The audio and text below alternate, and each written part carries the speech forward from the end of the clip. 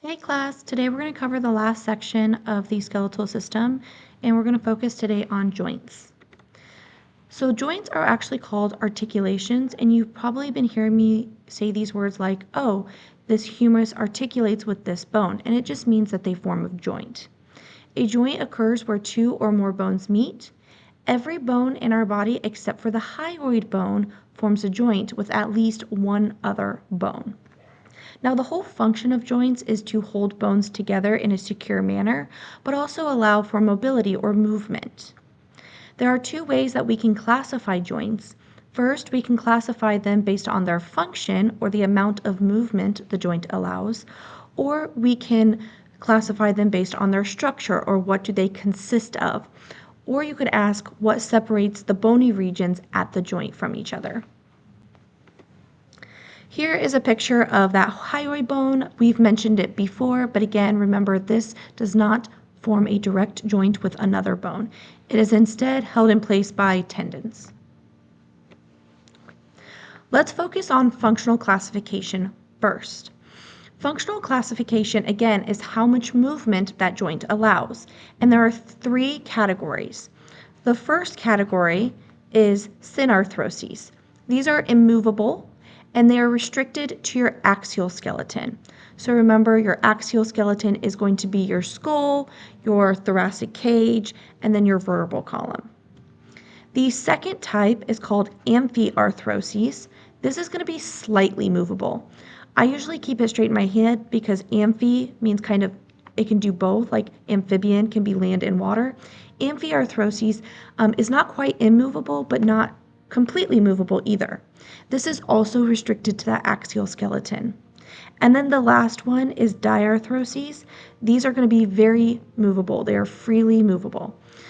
These are very predominant in your limbs, or in other words, very predominant in your appendicular skeleton. Now let's focus on the structural classification because this gets a little bit more in depth. Structural classification, again, is based on what type of tissue is separating those bony regions. So is it a fibrous tissue? Is it a type of cartilage? Or is it like synovial fluid that is separating things? So the first type is fibrous joints. These are going to generally be immovable, so a lot of these are going to be classified as synarthroses. Remember over here, synarthroses were immovable joints. Cartilaginous joints, these can be immovable, so synarthroses, or they can be slightly movable. In fact, most of them are amphiarthrotic, which means most of them are actually slightly movable. The last type is synovial joints, and these again are freely movable. So remember, those freely movable, we said based on the functional classification, are diarthroses. Let's focus on fibrous joints first. They are called fibrous joints because they are joined by fibrous tissue. And there are three major types of fibrous joints. We've already talked about one of these, especially when we were talking about the skull's structure and also a baby, an infant, when they are born. There are these things called sutures. Sutures are found in the skull. They basically fuse your skull bones together, and these are very immobile. So if we're looking at these, again, they're going to be synarthroses. Okay. The second type is a new type. This is syndesmoses. This allows more movement than sutures, but it's still classified as being immobile. Where you can find this type of joint is at the distal end or the far end of your tibia/shin bone and your fibula, which is the bone of your lower leg. The third type is gomphoses. I usually think of gum. This is where we are going to find something called peg and socket. This is an immovable joint, and it is found where the teeth meet your facial bones. So remember, your teeth are held in your mandible by your alveolar process, and it's also held in your maxilla or maxillae in your alveolar process, and that joint is called a gomphoses. So here is a picture of the suture in your skull. Again, it's a fibrous joint. Here is an example of a syndesmoses joint holding your tibia and fibula together. And then here is your gomphosis. So if you have your root of your teeth, here we have a bone in blue. Where it's held is the actual joints. Moving on to cartilaginous joints, these are going to be composed of cartilage. They are immovable or slightly movable, as we previously stated, and most of them are actually amphiarthrotic, which means slightly movable. There are different types depending on the cartilage involved. There are synchondroses. Con is another word to mean cartilage, and this is specifically hyaline cartilage. These are going to be found in your epiphyseal plates of your long bone. So remember, epiphyseal plates are also known as a growth plate that's found on the end of a long bone. And they can be found in the joints between the ribs and the sternum for ribs 1 through 7, since those are classified as true ribs. The second type is symphysis. This is made up of fibrocartilage instead of hyaline cartilage. These are slightly movable. A good example of this is in the very front of your pelvis, the two coxal bones meet at something called the pubic symphysis. Another example where we can find this is your intervertebral discs are actually made up of fibrocartilage that help cushion and separate those bones to prevent pain. Here's a good example of where we can find the synchondroses. Again, we have our true ribs, and we see this cartilage that's separating the ribs from the sternum. Next, we have our symphysis. So there are two spots pictured here. Again, between each of these vertebrae, we have some phytocartilage, and it forms a symphysis joint. And then also, if we look over here, we have our two coxal bones meet.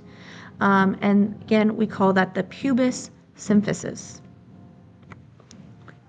The last type of joint is a synovial joint based on classification. This is freely movable. So remember, freely movable means you have a functionality of diarthroses. The articulating bones are separated by a joint cavity, and that joint cavity is actually full of synovial fluid. And the whole function of that synovial fluid is to reduce friction between the bones. So again, reduce that friction or rubbing from rubbing together. Over here again is a good picture of a synovial joint. We have a bone, and then right here is our joint cavity containing that fluid. Now, while the following are not strictly part of a synovial joint, we often talk about them because they are closely associated with them, and they actually serve the same function as kind of the synovial joint / synovial fluid. The first one is a bursae.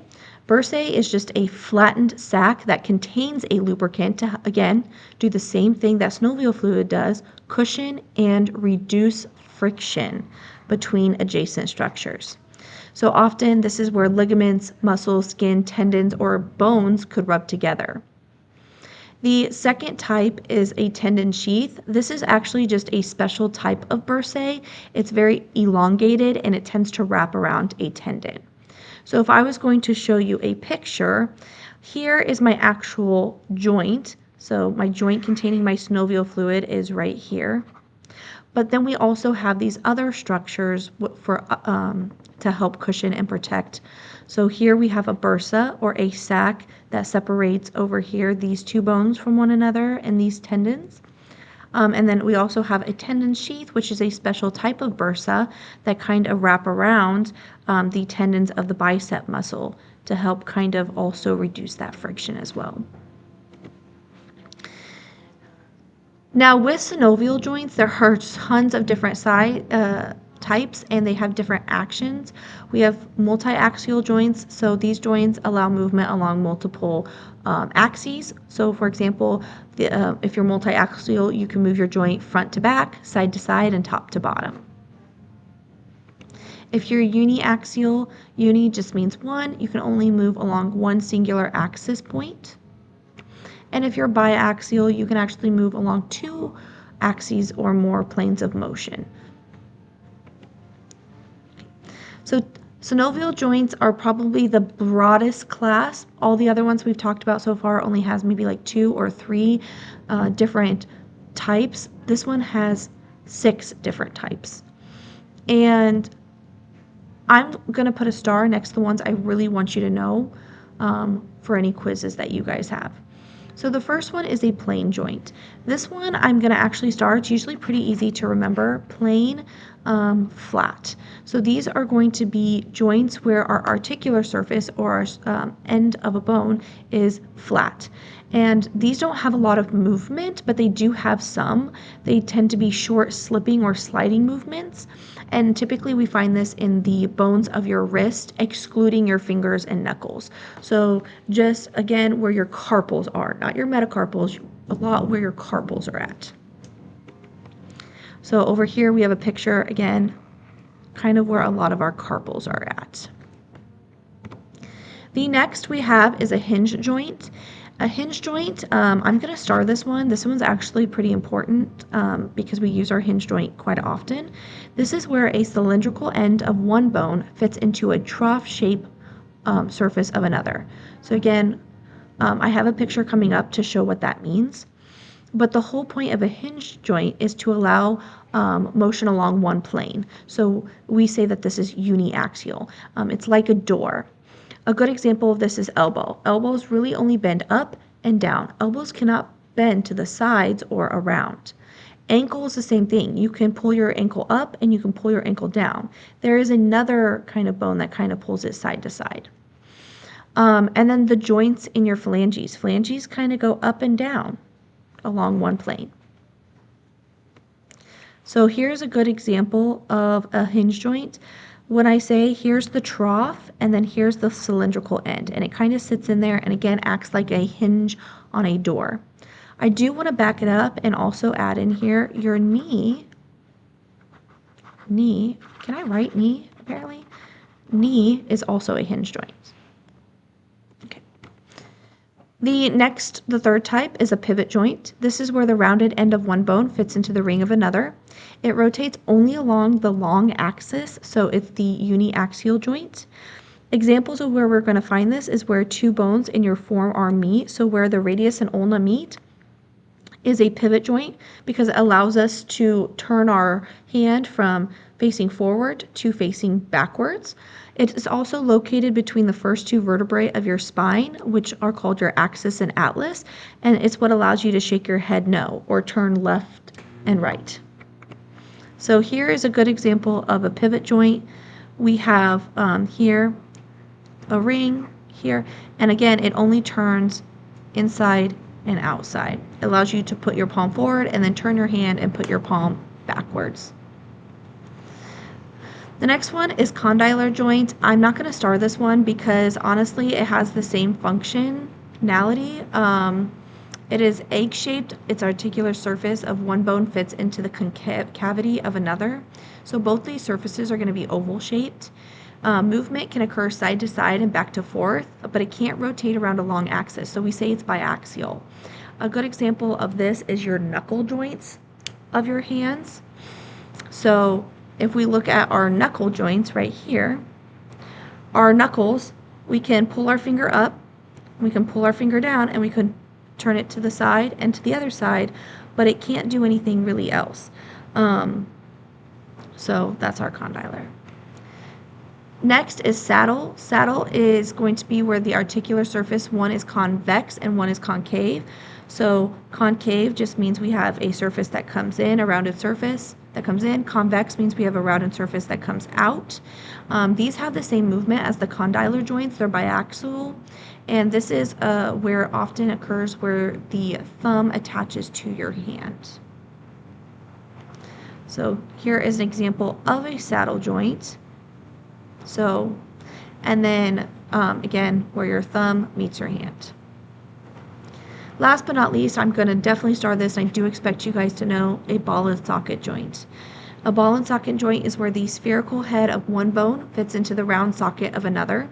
These are the only multi-axial joints in our body. So these have free movement. They have movement along all of these axes. And a good example of this is your shoulder and hip joints. You can take your shoulder and round it about all which directions, same with your hip. And so here is your ball and socket joint happening over here. I did put this picture in your notes so you can kind of have an example of every single one of these different types of joints. It gives you a visual. If you have any questions, please let me know, and I will be more than happy to answer them. Otherwise, I hope you guys have a great day.